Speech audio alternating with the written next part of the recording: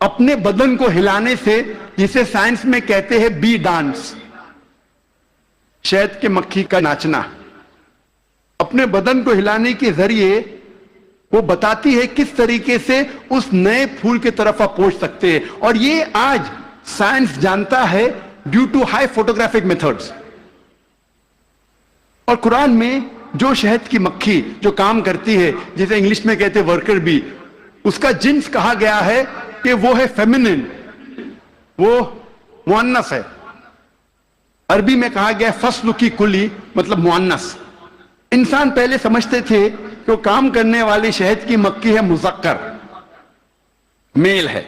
اسی لیے شیکسپیئر اپنی کتاب میں لکھتا ہے ہنری the fourth میں کہ سولجر بیز، مرد شہد کی مکھی آپس میں بات کرتے ہیں اور رپورٹ کرتے ہیں راجا کے پاس. آج سائنس کہتی ہے کہ جو کام کرنے والے شہد کی مکھی وہ مذکر نہیں ہے، مؤنث ہے، دے آر فیمینائن. اور وہ راجا کے پاس جا کے رپورٹ نہیں کرتی، وہ رانی کے پاس جا کے رپورٹ کرتی ہے. آپ سوچ سکتے ہیں قرآن مجید 1400 سال پہلے اس ورکر بی کا جنس بھی بتاتا ہے کہ فیمنن ہے، مؤنث ہے. اللہ تعالیٰ فرماتے ہیں سورہ عنکبوت میں سورہ نمبر 29 آیت نمبر 41 میں کہ جو لوگ اللہ کے علاوہ جس کو مددگار بناتے ہیں ان کی مثال ہے مکڑی جیسی، لائک اے اسپائڈر. اور مکڑی اپنے لیے گھر بناتی ہے اور مکڑی کا گھر کمزور ہے. قرآن مجید میں یہ کہنے کے علاوہ کہ جو لوگ اللہ کے علاوہ کسی کو مددگار بناتے ہیں وہ اپنا گھر ویب جیسا، جالا جیسا گھر بناتے ہیں جو کمزور ہے، نازک ہے. اس کے علاوہ یہ اشارہ کر رہا ہے، آج سائنس یہ کہتی ہے کہ many a time the female spider kills the male spider. مکڑی مکڑے کا قتل کرتی ہے. آج سائنس یہ کہتی ہے کہ بتانے کے علاوہ کہ جو جال مکڑی کا کمزور ہے، یہ بھی بتاتی ہے کہ فیملی ریلیشن شپ، گھر میں کیسا برتاؤ ہے. مکڑی کئی بار مکڑے کا قتل کرتی ہے اور کہا جاتا ہے بلیک وڈو، کالی ودوا یا کالی بیوہ. قرآن مجید میں اس کا ذکر ہے 1400 سال پہلے. اللہ تعالیٰ فرماتے ہیں سورہ نمل میں سورہ نمبر 27 آیت نمبر 17 اور 18 میں، سلیمان علیہ السلام کے آگے ان کی فوج تھی، جن کی، انسانوں کی اور پرندے کی. اور جب وہ چوٹی کی وادی کی طرف جا رہے تھے، ایک چوٹی کہتی ہے دوسرے چوٹیوں سے کہ آپ اپنے بل میں چلے جاؤ ورنہ سلیمان علیہ السلام انجانے میں ہمیں کچل لیں گے. لوگ کہیں گے کیسی کتاب ہے یہ قرآن مجید، چوٹی آپس میں بات کر رہے ہیں، یہ تو پریوں والی کہانی ہے. قرآن مجید چوٹی آپس میں بات کرتی ہے. آج سائنس یہ کہتا ہے کہ کوئی بھی جانور، کوئی بھی انسیکٹ جو انسان کے سب سے قریب ہے بیہیویئر میں، جس طریقے سے زندگی بسر کی جاتی ہے، وہ ہے چیٹی. آج سائنس یہ کہتی ہے کہ جس طریقے سے انسان مرنے کے بعد انسانوں کو دفن کرتے ہیں، اس طریقے سے چیٹی بھی مرنے کے بعد دوسرے چیٹی کو دفن کرتی ہے. جس طریقے سے دے سوفسٹیکیٹڈ لیبر، چیٹی کے پاس بھی جب وہ کام کرتے ہیں، مینیجر ہے، سپروائزر ہے، فورمین ہے، ورکر ہے، چیٹی اکثر مل کے بات کرتی ہے. آج سائنس یہ کہتی ہے they have a sophisticated method of communication. ان کے بات چیت کرنے کا طریقہ بہت اعلیٰ درجے کا ہے. سائنس یہ کہتی ہے کہ چیٹی اکثر سامان کا لین دین کرتی ہے سوق میں. they have market places where they exchange goods. ہمارے وہاں سوق ہے نا، کیا کہتے ہیں، مارکیٹ، جہاں ہم لین دین کرتے ہیں. اس طریقے سے چیٹی بھی مارکیٹ ان کی ہوتی ہے خود کی، جہاں لین دین کرتی ہے چیزوں کی. آج سائنس یہ کہتی ہے جب چیٹی کوئی دانا کو جمع کرتی ہے اور اس دانے میں بڈنگ ہوتا ہے تو چیٹی اس دانے کے بڈ کو کاٹتی ہے، جیسا وہ جانتی ہے کہ budding will cause rotting of the grain, budding کے وجہ سے وہ دانا سڑ جائے گا. اور اگر وہ دانا بھیگ جاتا ہے بارش میں، چیٹی اس دانے کو سورج کی روشنی میں لے آتی ہے سکھانے کے لیے، پھر واپس لے جاتی ہے. ہم اکثر دیکھتے ہیں چیٹیاں دانے کو لے کے جا رہی، کہاں لے کے جا رہی ہے؟ سکھانے کے لیے، پھر سے واپس لے جاتی ہے. جمع کرنے کے لیے، تب وہ جانتی ہے کہ humidity will cause rotting of the grain, وہ جانتی ہے کہ پانی کے ذریعے یہ دانہ سڑ جائے گا، وہ لے کے آتی ہے سکھانے کے لیے سورج کی روشنی میں۔ قرآن مجید چیٹی کے بارے میں ذکر کرتا ہے 1400 سال پہلے۔ اب ہم ذکر کریں گے میڈیسن کے بارے میں، طب کے بارے میں، اور اللہ تعالیٰ فرماتے ہیں سورہ نحل میں سورہ نمبر 16 آیت نمبر 68 اور 69 میں، ورس 68 اور 69 میں، کہ اللہ سبحانہ و تعالیٰ نے آپ کو پینے کی چیز دیے جو شہد کی مکھی کے بدن سے نکلتا ہے، جس میں انسانوں کے لیے شفا ہے۔ ہم پہلے یہ نہیں جانتے تھے کہ شہد کے مکھی کے بدن سے ملتا ہے شہد، وہ تو حال میں جاننے لگے ہم 200 سال پہلے 300 سال پہلے، اور لکھا ہے اس شہد میں انسانوں کے لیے شفا ہے۔ آج ہم جانتے ہیں that honey is rich in fructose and vitamin K، fructose اور vitamin K میں رچ ہے، اور آپ یہ بھی جانتے ہیں کہ ہنی میں مائلڈ اینٹیسیپٹک پراپرٹی ہے، اسی لیے ورلڈ وار 2 میں روس کے سولجرز، رشین سولجرز جب زخم ہوتا تھا وہ زخم پہ لگاتے تھے شہد،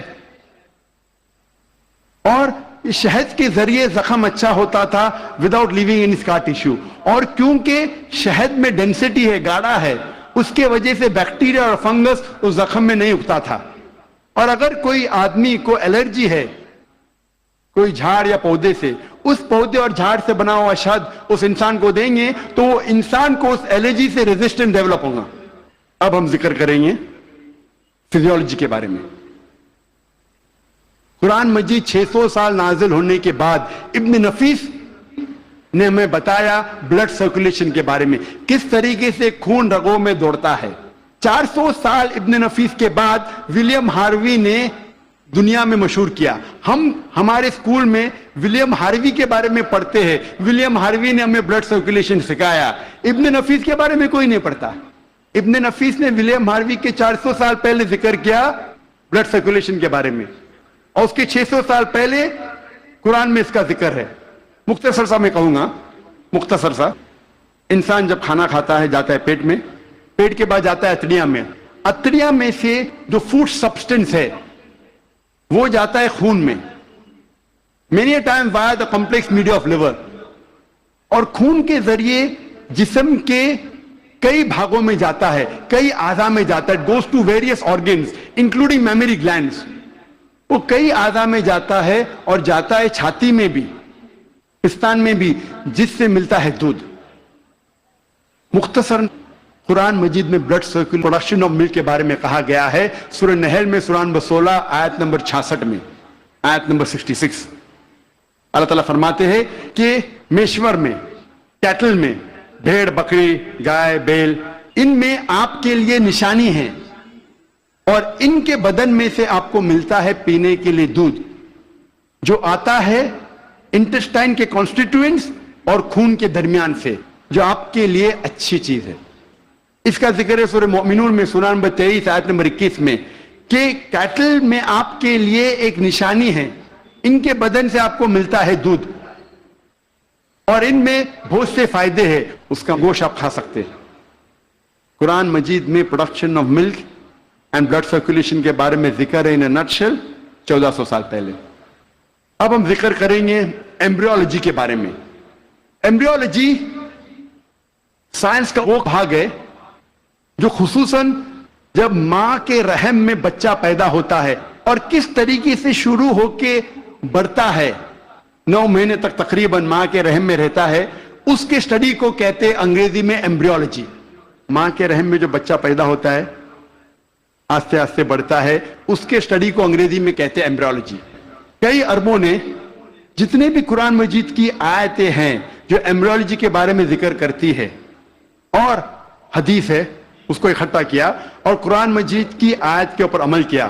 سورہ نحل سورہ 16 آیت نمبر 43 اور سورہ انبیاء سورہ نمبر 21 آیت نمبر 7 میں اللہ تعالیٰ فرماتے فَاسْأَلُوا أَهْلَ الذِّكْرِ إِن كُنتُمْ لَا تَعْلَمُونَ، اگر آپ نہیں جانتے تو اس کے پاس جائیے جو ماہر ہے، اس سے پوچھئے جو ماہر ہے، چاہے وہ مسلم یا غیر مسلم ہو۔ اگر آپ نہیں جانتے تو اس سے پوچھئے قرآن کے بارے میں جو اس فن کا ماہر ہے۔ تو کئی اربوں نے ساری آیتیں اور حدیث سے جو ایمبریولوجی کے بارے میں ذکر کرتے اور لے گئے تقریباً 30 سال پہلے، 1980 کے پہلے، ان 1970s، 30-40 سال پہلے، اور لے گئے پروفیسر کیتھ مور کے پاس. وہ مسلمان نہیں تھا. پروفیسر کیتھ مور اس وقت سارے دنیا کا سب سے بہترین ماہر تھا ایمبریولوجی میں. وہ ڈپارٹمنٹ آف ایناٹومی کا ہیڈ تھا in university of Toronto Canada میں. پروفیسر کیتھ مور کو ساری آیتوں اور حدیث کا ترجمہ پیش کیے اور کہا اس کے بارے میں آپ کو کیا کہنا ہے. تو پروفیسر کیتھ مور نے کہا کہ اکثر جو قرآن مجید اور حدیث میں ایمبریولوجی کے بارے میں لکھا ہے وہ 100% صحیح ہے، لیکن کچھ آیتوں کے بارے میں نہیں کہہ سکتا ہوں کہ صحیح ہے. میں یہ بھی نہیں کہہ سکتا ہوں کہ غلط ہے، کیونکہ میں خود بھی نہیں جانتا ہوں. اور دو ایسے آیت تھے جو پہلے دو آیت جو نازل کی گئے تھے، سورہ اقرا، سورہ علق، سورہ نمبر 96 آیت نمبر 1 اور 2 میں اللہ تعالیٰ فرماتے اقرا بسم ربک الذی خلق خلق الانسان من علق. پڑھو اس کے نام سے جو خالق ہے، جس نے انسانوں کو بنایا ہے علقہ سے، خون کے لوتھڑے سے، جونک سے، لیچ لائک سبسٹنس سے. پروفیسر کیتھ مور نے کہا میں نہیں جانتا ہوں کہ ایمبریو جب بچہ پہلے سٹیج میں ہوتا ہے، مرحلے میں ہوتا ہے، وہ جونک جیسا لگتا ہے. تو پروفیسر کیتھ مور اپنے لیبارٹری میں گئے اور پاورفل مائکروسکوپ کے اندر دیکھا اور ایک جونک کی تصویر لی اور اسے کمپیئر کیا اور وہ حیران ہو گئے یکسانیت پہ. اور اس کے بعد جب انہیں 80 سوالات پوچھے گئے ایمبریولوجی کے بارے میں جو قرآن اور حدیث میں ذکر آتا ہے، تو پروفیسر کیتھ مور نے کہا اگر آپ مجھے یہ 30 سال پہلے پوچھتے تو 50% سے زیادہ میں جواب نہیں دے سکتا تھا، کیونکہ embryology is a new branch which ہے developed in the field of medicine. وہ نئی برانچ ہے میڈیسن کی. اور پروفیسر کیتھ مور نے کہا کہ یہ کتاب قرآن مجید کوئی انسان لکھ ہی نہیں سکتا، اور مجھے کوئی شک نہیں ہے کہ یہ قرآن مجید خدا کی طرف سے ہے اور محمد صلی اللہ علیہ وسلم اس خدا کے پیغمبر ہے.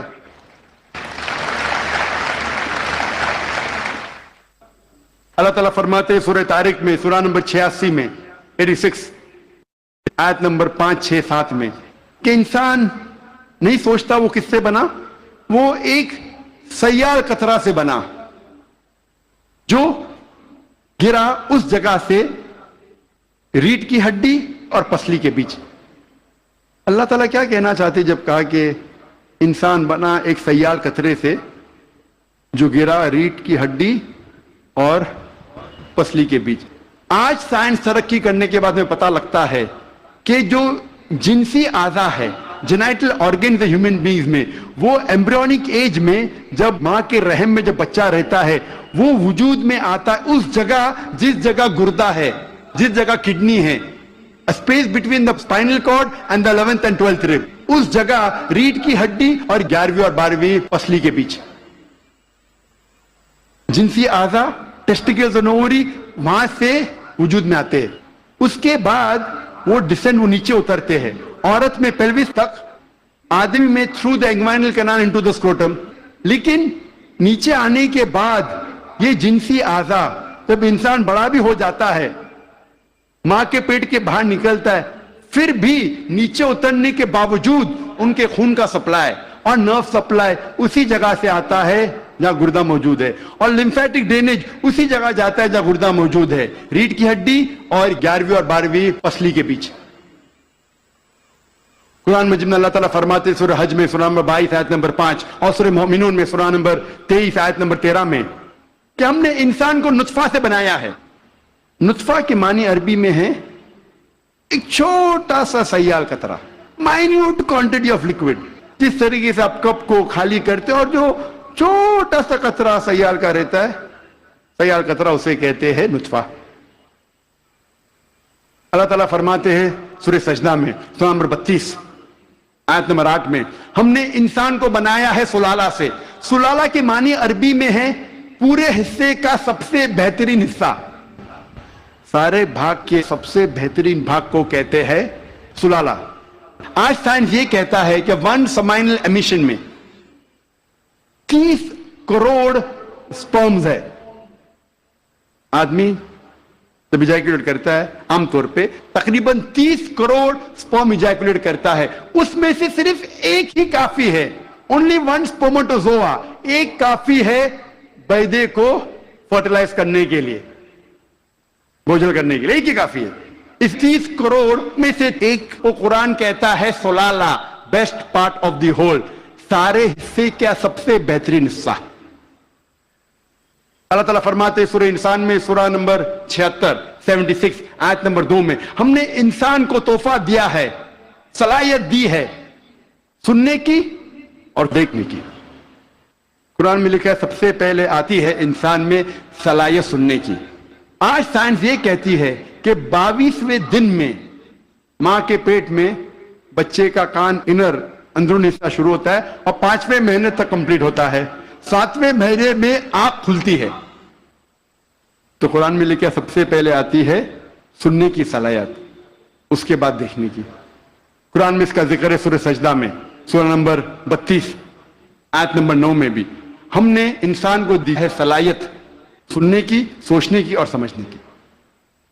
قرآن مجید میں جب جینیٹکس کے بارے میں ہم پڑھتے ہیں, آج سائنس یہ کہتی ہے کہ جو انسان کا جنس ہے وہ آدمی کے سیال سپرم پہ ڈیپینڈ کرتا ہے, منی پہ ڈیپینڈ کرتا ہے. اور اگر 23rd پیئر آف کروموزوم, 23ویں جوڑی کروموزوم کی, اگر وہ XX ہے تو ہو جاتی ہے لڑکی, اگر XY ہے تو بن جاتا ہے لڑکا. اور منی ذمہ دار ہے یہ جاننے کے لیے کہ لڑکا ہے لڑکی ہے. منی کا اگر X حصہ لیتا ہے فرٹیلائزیشن میں تو بنتی ہے لڑکی, اگر Y حصہ لیتا ہے تو بنتا ہے لڑکا. یہ ہم حال ہی میں جانے.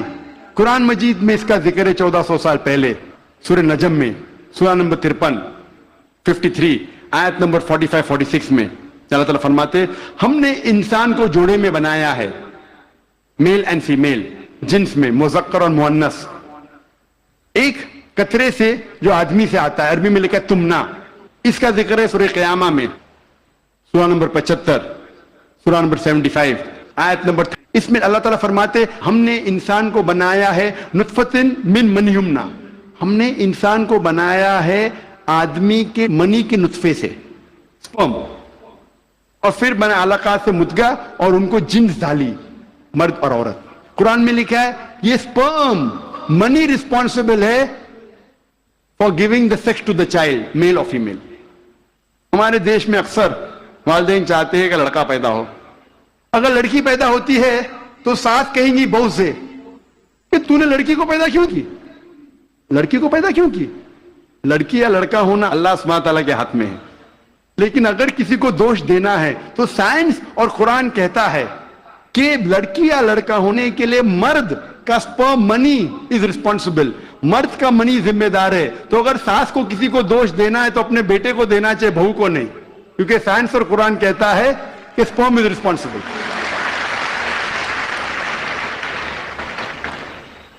اللہ تعالیٰ فرماتے ہیں سورہ زمر میں, سورہ نمبر 39 میں آیت نمبر 6 میں کہ ہم نے انسان کو ماں کے رحم میں بنایا, ایک مرحلے کے بعد دوسرے مرحلے میں, stages after stages, in 3 ways of darkness, 3 اندھیرے پردوں میں. پروفیسر کیتھ مور نے کہا یہ 3 پردے اندھیرے کے معنی ہیں اینٹی ایبڈومنل وال, یوٹرائن وال, ایمنیوکوریونک میمبرین.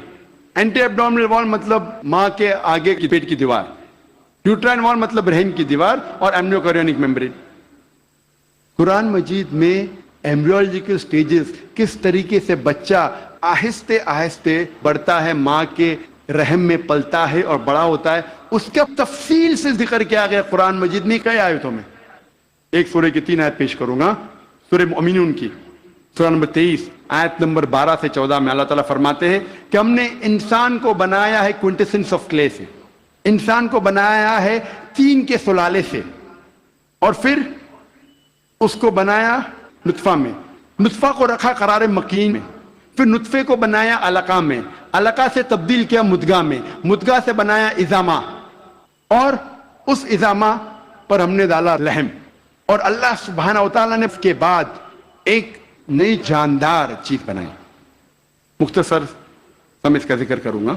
اللہ تعالیٰ فرماتے ہم نے انسان کو طین کے سلالہ سے بنایا, نطفہ میں, نطفہ میں نے کہا مائنیوٹ کوانٹٹی آف لکوڈ, سیال قطرہ, اور اس کو ایک قرار مکین میں رکھا, محفوظ جگہ میں, قرار مکین. محفوظ جگہ. ہم جانتے ہیں سائنس کہتا ہے کہ ماں کے رحم میں جب بچہ ہے وہ پیچھے کے حصے سے ریڑھ کی ہڈی سے پروٹیکٹڈ ہے, محفوظ ہے, پوسٹیریئر مسل سے, اور آگے سے اینٹی ایبڈومینل وال اور یوٹرائن وال سے. ہم نے پھر بنایا علقہ میں. علقہ کے 3 معنی ہیں. ایک ہے جوک, دوسرا ہے خون کا لوتڑا, اور تیسرا ہے ٹو کلنگ, مطلب چپک کے لٹکنا. علقہ کے 3 معنی. ایک معنی کا ذکر میں کر چکا ہوں کہ جوک ہے, لیچ لائک سبسٹنس. وہ دکھنے کے علاوہ آج سائنس یہ کہتی ہے کہ ماں کے رحم میں بچہ جوک جیسا برتاؤ کرتا ہے, ماں کے ذریعے خون چوستا ہے تھرو دا پلیسنٹا. تو دکھنے کے علاوہ جوک جیسا برتاؤ بھی کرتا ہے.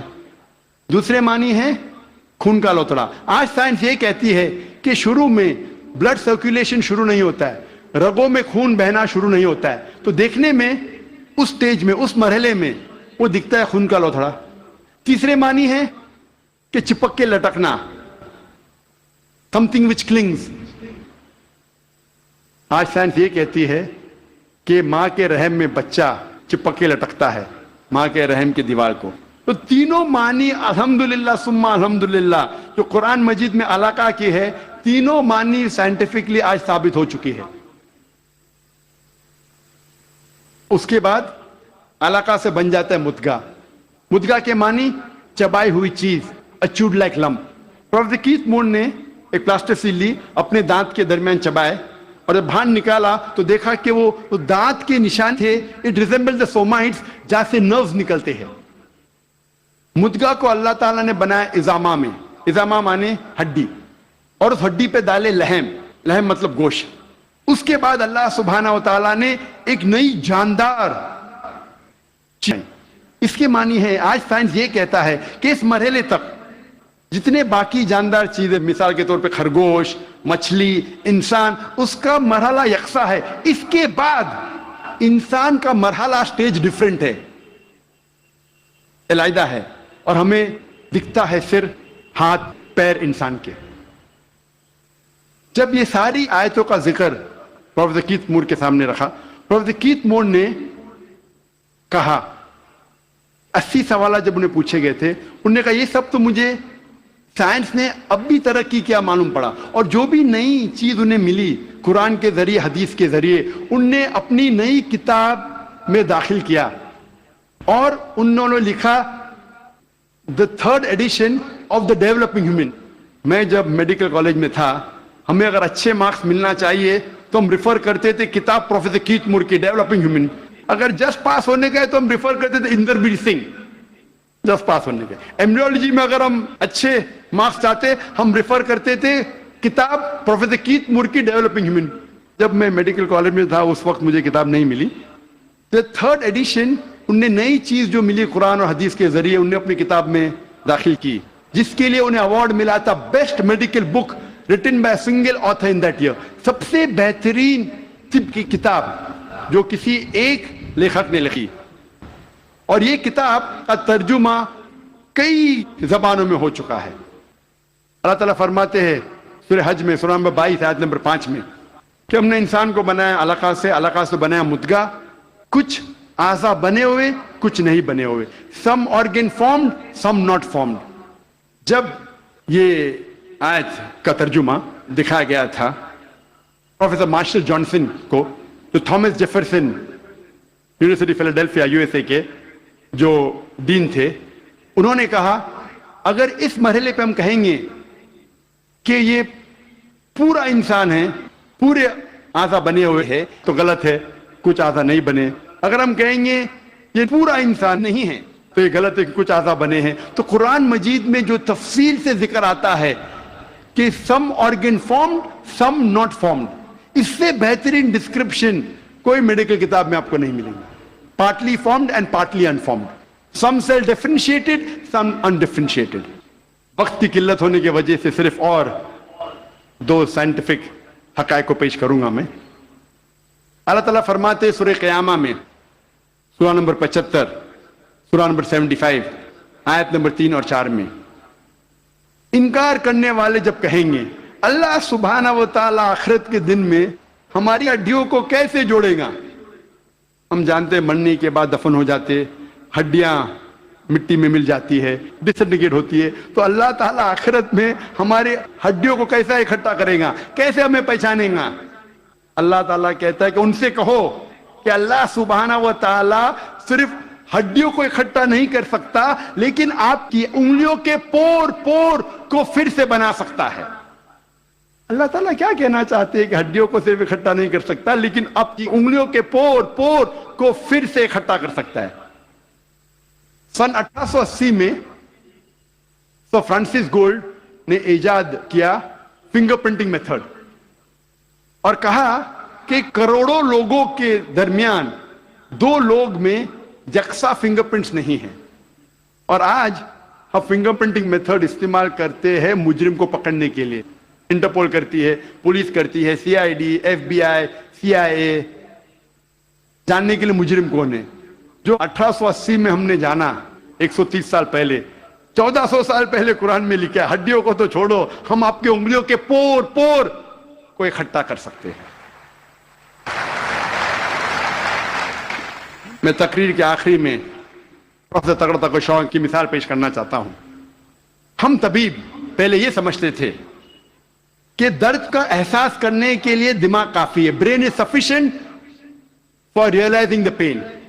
ابھی سائنس ترقی کرنے کے بعد ہمیں پتہ لگتا ہے کہ چمڑیوں میں پین ریسپٹرز ہے، درد کا احساس کرنے کے آلہ ہے، ریسپٹرز ہے، جو بہت ضروری ہے درد کا احساس کرنے کے لیے، جس کے بنا انسان درد کا احساس نہیں کر سکتا۔ اسی لیے جب کوئی انسان جل جاتا ہے، جب کوئی انسان زخمی ہو جاتا ہے جلنے کی وجہ سے، اور ڈاکٹر کے پاس جاتا ہے، ڈاکٹر ایک سوئی لیتا ہے اور اس جلے ہوئے حصے کو چبوتا ہے۔ اگر مریض کو درد ہوتا ہے ڈاکٹر خوش ہے، pain receptors intact, pain receptors محفوظ ہے۔ اگر مریض کو درد نہیں ہوتا ہے ڈاکٹر کو افسوس ہوتا ہے، پین ریسپٹرز ختم ہو چکے ہیں، مر چکے ہیں۔ آج ہمیں پتا چلا کہ پین ریسپٹرز بھی ضروری ہے درد کا احساس کرنے کے لیے۔ قرآن مجید میں کہا گیا ہے سورہ نساء میں، سورہ نمبر 4 آیت نمبر 56 میں، آیت نمبر 56 میں، جو لوگ ہماری نشانیوں کا انکار کرتے ہیں ان لوگوں کو ہم آخرت میں آگ میں ڈالیں گے، اور جتنی بار ان کی چمڑیاں جلیں گی اتنی بار ہم ان کو نئی چمڑی دیں گے تاکہ وہ درد کا احساس کر سکے۔ اللہ تعالیٰ کیا کہنا چاہتا ہے کہ جو لوگ ہماری نشانیوں کو جھٹلاتے ہیں، انکار کرتے ہیں، ہم ان کو آخرت میں آگ میں ڈالیں گے، اور جتنی بار ان کی چمڑیاں جلیں گی اتنی بار ہم ان کو نئی چمڑی دیں گے تاکہ وہ درد کا احساس کر سکے۔ اللہ تعالیٰ یہ کہنا چاہتا ہے کہ چمڑیوں میں پین ریسپٹرز ہے، اگر پین ریسپٹرز مر گئے تو درد کیسا ہوگا؟ تو درد کا احساس دلانے کے لیے نئی چمڑی دیں گے، جلیں گی نئی چمڑی دیں گے۔ پروفیسر تگڑا تقی شان وہ ڈین ہیں ایک میڈیکل کالج کے یونیورسٹی تھائی لینڈ میں، اور انہوں نے کئی سال بتائے پین ریسپٹرز پہ تحقیق کرنے میں۔ جب ان کو یہ ترجمہ دیا قرآن مجید کی آیت کا، انہوں نے کہا یہ ممکن ہی نہیں ہے، یہ کتاب 1400 سال پہلے پین ریسپٹرز کے بارے میں ذکر کر رہی، ہم نے تو آج ہی نہیں جانا۔ وہ ماننے سے انکار کیے۔ پھر اس کے بعد جب تحقیق کی، دوسرے سائنٹسٹ، سائنسداں سے چیک کیا کہ ترجمہ صحیح تھا، اتنے متاثر ہوئے